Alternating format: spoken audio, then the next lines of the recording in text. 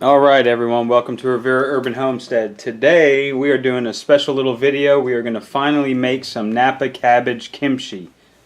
Let's go over the ingredients actually first. So first thing we have is coarse sea salt.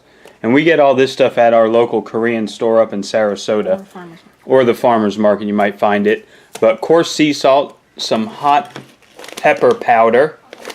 We got some green onions. Napa cabbage, one big carrot, some ginger. What do we got here? Fish sauce. Salted shrimp. Alright, and then we have salted shrimp, some garlic cloves, and what's this? Daikon radish. A daikon radish. And of course, this is leftover Korean dark greens from about 1.5 years ago's harvest. Keep it in the freezer, they stay fresh and taste delicious. So let's go through the process. Okay, so what's the first step we're going to do? We're going to cut this in quarters, but I'm going to go an extra step. The traditional way is to cut them in quarters and stuff it, but I'm actually going to go ahead and just chop it. So now, because I want to stuff these in smaller jars, like mason jars, you're going to cut the core. Normally at this stage, you would put salt in between these and just soak them. But I'm not going to do that. I'm going to go ahead and cut this so to make it easier to put in my jars. And then I'm going to soak it with salt water.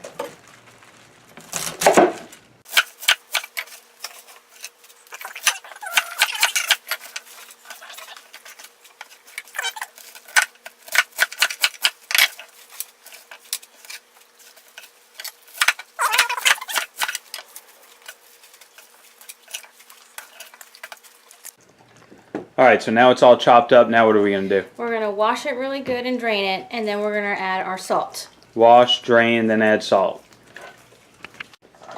Okay, so now we rinsed it all out. It's all nice and washed. So now we're going to add the coarse salt. Let me see that bag again just so they can take a look at it. This is the kind we get here. And again, you found this at the Korean store? You can only find that at This is at the Korean store that we have in our local area. So it's sea salt. We're going to add 3/4 cup is for a 6-pound Napa cabbage. Ours is about 3.5. So we're only going to do about half of 3/4, which is about, what did we say? 1/4 and 1/3 is what we're going to use. So 1/4 cup and 1/3 cup. 1/3 cup? 1/3 cup. Yeah, so just 1/3.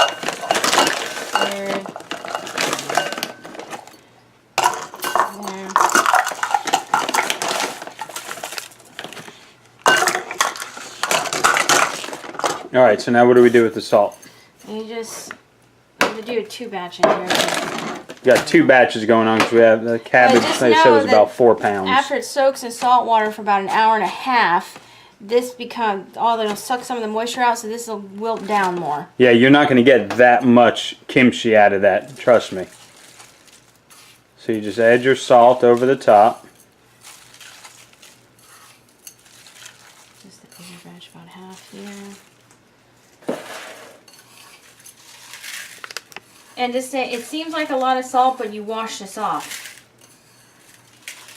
This is almost like brining. Like yeah, it's kind of like brining, yeah.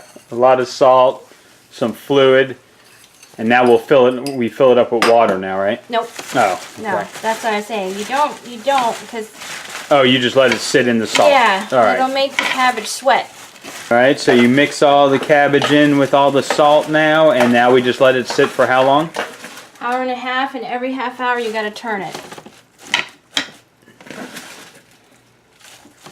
So let it sit for 1.5 hours and turn it 3 times. You have to put anything on top of it, a lid, leave it uncovered, what? It's your choice. You can, you don't have to. It'll sweat it out by itself anyway. Alright, so here we go. The cabbage is all set. We'll let it sit for 1.5 hours and we'll come back and see what it looks like. And of course, any leftover cabbage, you know where that goes, guys. Oh yeah. Out to the little baby dinos. Hi, girls. Oh, I see the yellow one back there hiding. Here's some cabbage. Hello. Boy, you're making friends with the big girls, aren't you? One other ingredient we forgot to mention at our table of ingredients is the glutinous rice flour. Key component in making the paste. Slurry. You'll see that here in a little bit. Okay, so what are we doing now?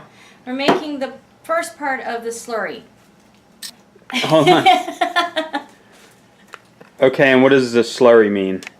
The slurry means it's going to be a combiner. So even though you don't...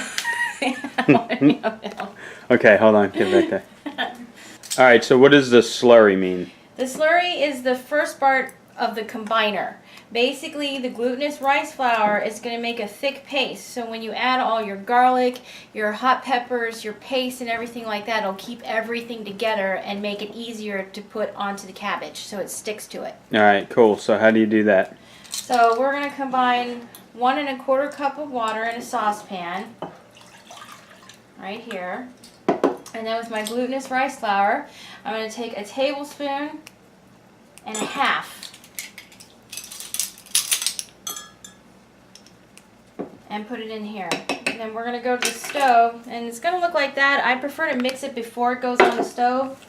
Gravy, well, I don't like lumpy rice flour.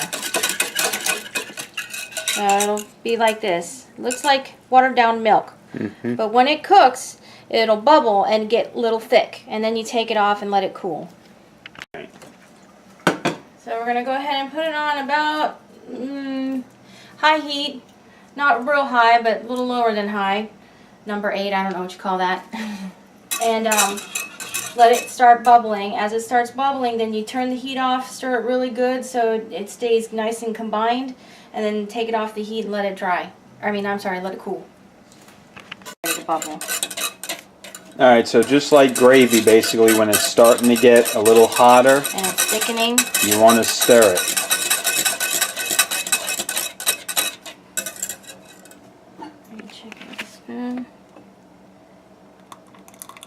It's a little bit there. So it's going to start getting real thick here pretty soon.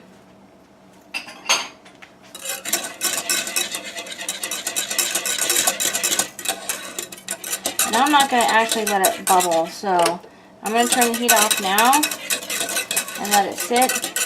So basically right before, it's bubbling around the edges a little, so. But this is the kind of consistency we want to have. It's going to be a little watery, but it's thick enough. I don't want like super thick gravy. Alright, cool. So the binder is done. Now we just move it off of the heat and let it cool down. Okay, and don't forget every half hour for an hour and a half, so 3 times, just kind of stir your cabbage. And you can see it's already wilted down a little bit. Yeah. It's not totally full anymore like it was, so and that's it. Let it sit for another half hour. Alright, so now she's just going to cut up the daikon radish, green onions, a carrot, and how much of that ginger are you going to use? Not much, probably only a little bit. The rest of this is used for other purposes. Ginger is very strong. Cut off a section of what you think you would use, just so they have a reference. Alright, so about that much of ginger. Okay, so the way we cut the daikon radish is with one of the, what are these called? Mandolin. A mandolin, and we use the what? The julienne. The julienne cut with just like about a 1/4 inch depth almost. 1/8. 1/8 inch depth. So just slide one and we'll show them what it looks like. So as you can see, just real thin, like French fries, but very, very thin. Shoestring. So there we, yeah, shoestring French fries.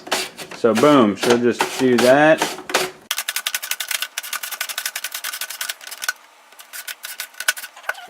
Okay, so that makes about a cup. I would say about a cup and a half of the daikon radish. Like I said, we had a big one. Cut it not even in half. We actually cut it less than half, and we got this much left. So I would say almost about a 1/4 of that radish we used. So about that big old pile right there of the daikon radish. That goes into the bowl over there. And then next we just, you just dice up the green onions. Or what? Yeah, but we're going to do the same thing to the carrot. Same thing to the carrot.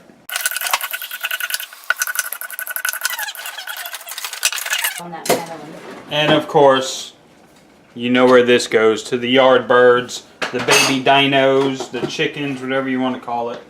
It all just goes out to them.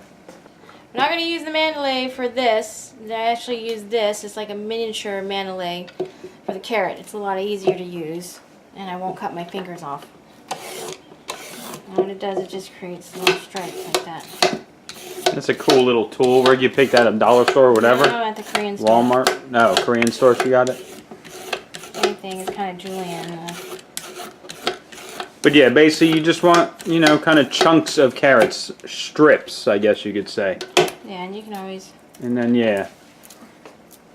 And just one big carrot like that, that's it? Alright. All the carrots do is acts as a natural sweetener. Because this is going to be spicy, because the peppers that we have are very spicy. And Korean dark greens, they are yummy. Yummy. But they're warm, so they don't like, they're not hot to where you feel like you're going to burn your tongue off. They just give you a nice warming sensation, and it works well with the kimchi.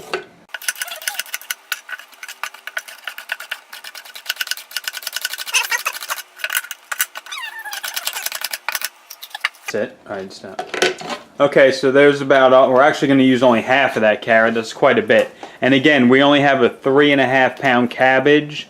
The recipe we go by is for a 6 pound, so we're halving everything. We'll put all the list of ingredients at the end of the video. That way you can make, you know, whatever your pounds are, you just divide it and whatnot. So that's it for that. And we might as well do that to this and give it to the chickens. Might as well give it to the chickens. Just like that, honey? Yep. Wow.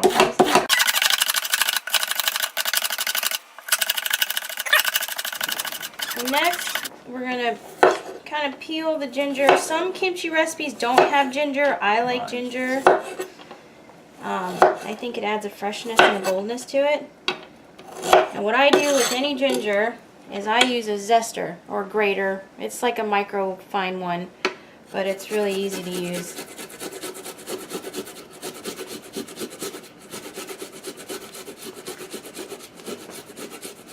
And again, this step you can alleviate if you don't want it. Ginger is very good for you though, so if you can get it in any dishes, it's probably best to put it in there a little bit.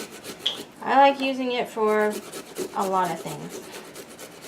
It's also very good for your skin. So. I think it is tasty in the kimchi. Alright, so just about that much, not too much. It should be about a tablespoon. Yeah. We'll mix that in there with the radish, carrots, and then we got what? The green onions? Green onions and the garlic. Alright, next step. So the green onions, there is one step you have to do with these before you chop them. And that is to get rid of this membrane here that, I don't know, for some reason makes it difficult to chop. But you peel that off and peel this off, and it leaves that bare right there. That's right. And take the ends and just cut them off.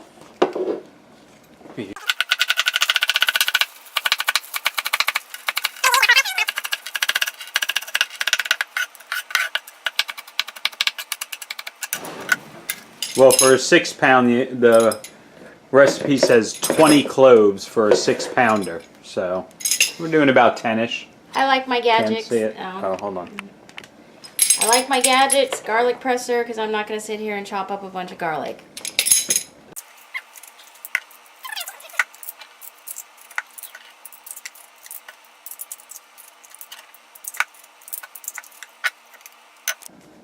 Alright, so next thing we're going to do in, what was that called again? The binder or whatever? The slurry. This is the fish sauce. We are going to do 1/4 cup.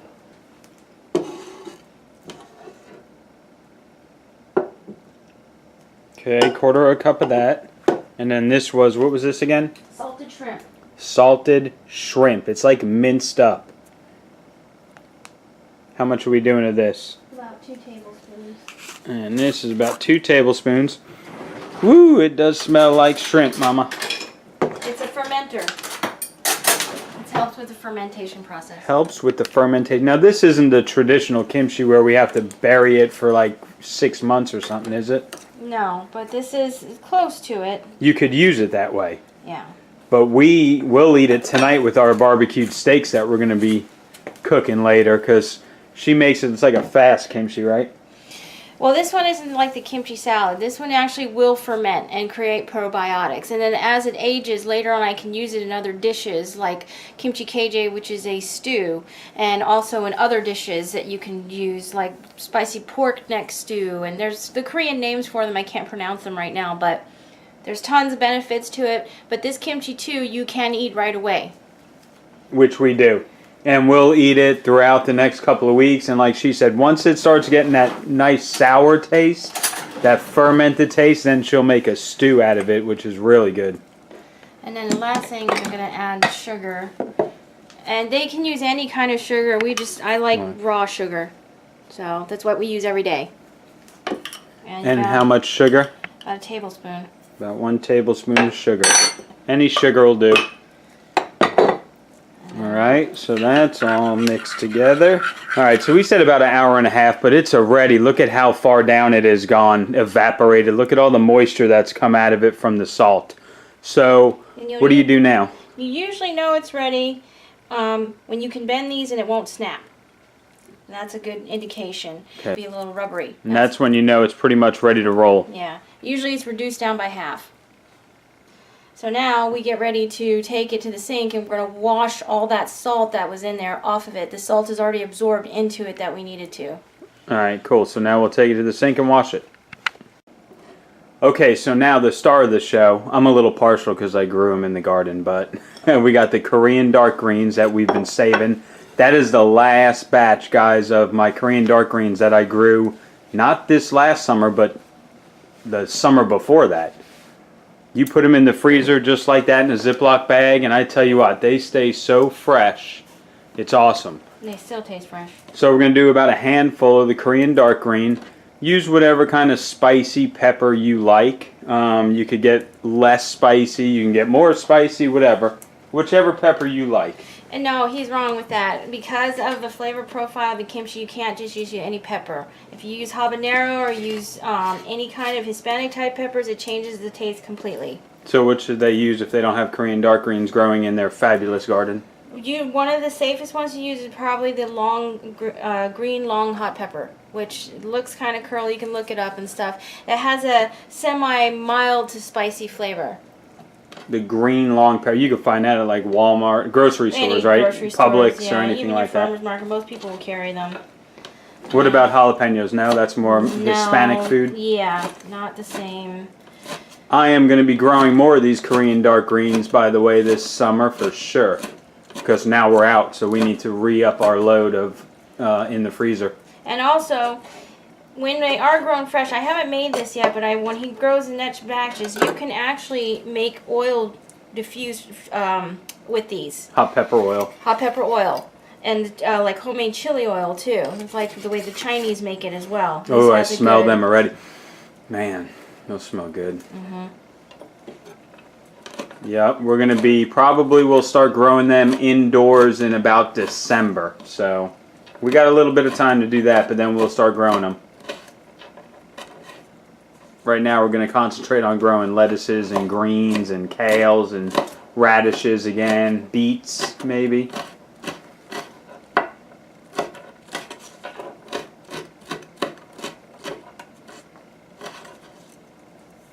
And we like it kind of spicy, so we use quite a bit of pepper, as you can see.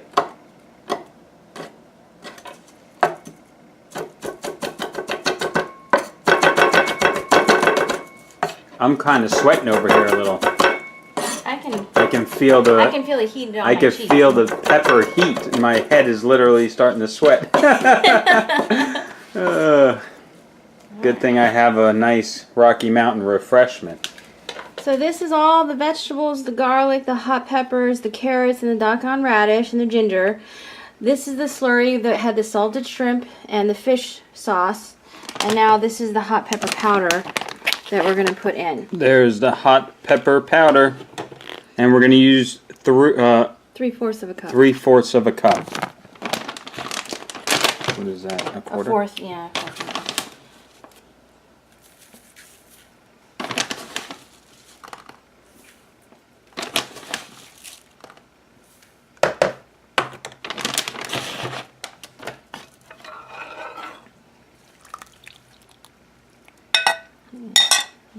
just gonna combine it all. Ooh, doggy. Oh, that smells so good, just like that. The radish, the peppers.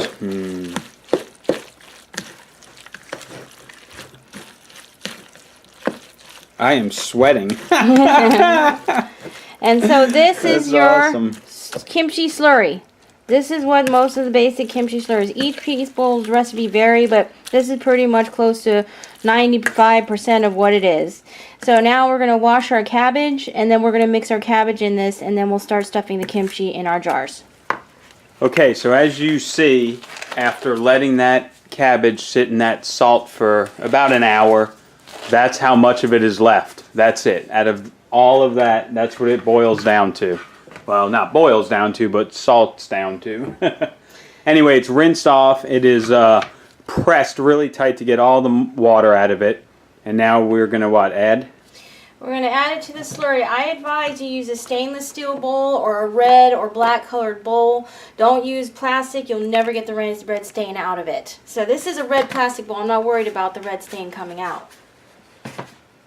And now what we're going to do is just combine everything. I do wear gloves only because my mom used to do everything in her hands, but I don't like my hands like turning yellow and stuff like that, which will wash off eventually. But people are also very sensitive to heat, and you can get skin rash if you're not careful. So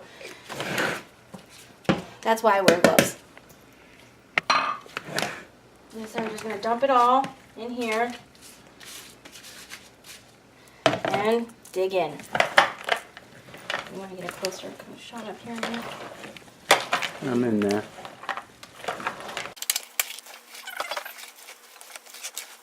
Oh man, that smells good. I love it. And this kind you can eat right away, but it'll also ferment too. When we are starting the fermenting process, you're going to close it up and put it in these jars. You're going to seal it tight. You leave it out in room temperature for an hour until you start to see liquid form, and then you can put it in the fridge. Okay, honey, I need your help. All right. What do you want me to do? Unload it.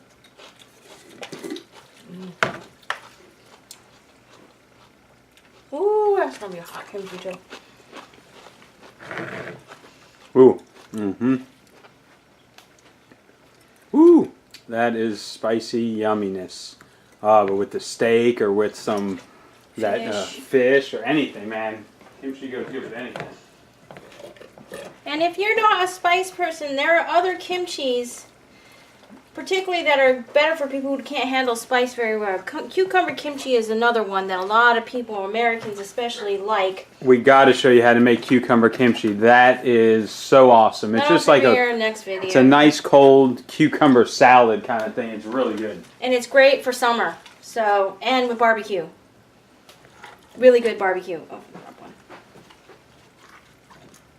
And you just pack it down in there a little. You want to save some room up top, right, for the pressure and the, what is the fermentation? Fermentation, because it'll bubble up. So right about here is what's good. I have about that much inch of space before I put the lid on. You want me to put the lid on? Yeah, and then you're going to wipe it up. And I need the other one. We might be able to fit both of these in here. Yeah, I like this better cut up. It's so much easier.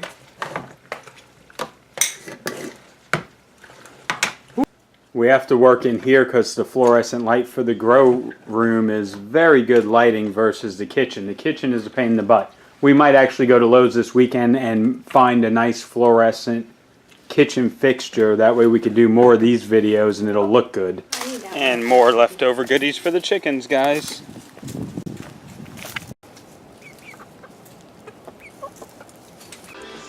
So there we go, 3.5 pound cabbage gives us 2 beautiful jars of homemade kimchi. Alright, the next part of dinner is these awesome ribeyes. Making a little marinade for them. What's in there? Lemon juice, olive oil, soy sauce, teriyaki sauce, onion, garlic, oregano, and pepper. Nice. Oh, we're about to get these on. These with the marinade, the tenderness on these. Oh, wow, guys. If you could smell this, you would want to come over. Alright, let's do it, guys. I'm going to do about 4 minutes each side on direct high. We want to sear them. We want to seal in the flavor right in that flame, baby. Oh, yeah. Yep. So there you go. It's on. I got it set on my phone, on my stopwatch. In 2 minutes, I'm going to turn them a little bit just to get some cool little grill marks. And then we'll flip them after another 2 minutes. 4 minutes each side. Move them over to the indirect.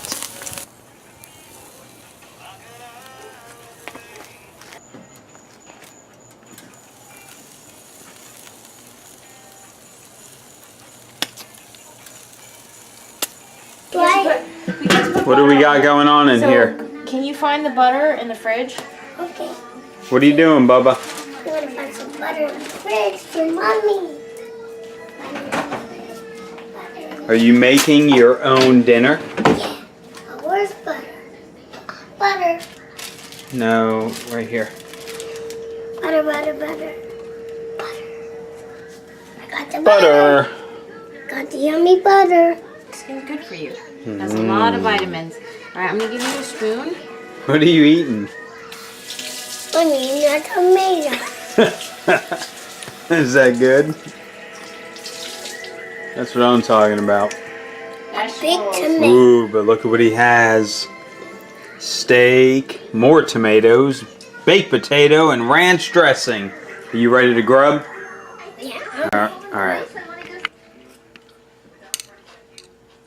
Yeah. All right, so here's the little sample plate we made.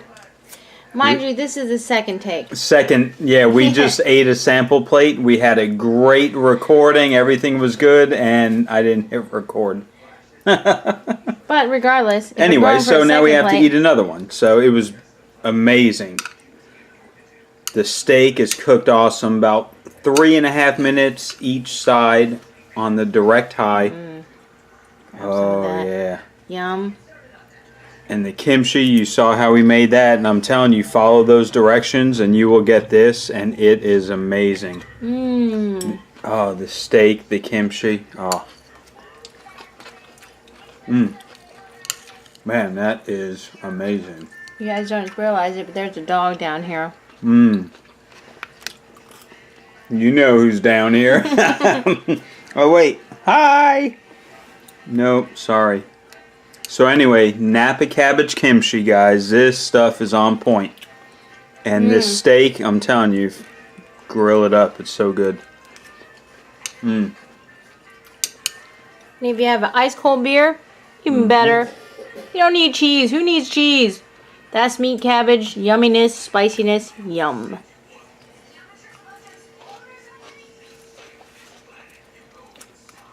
Y'all have a good night.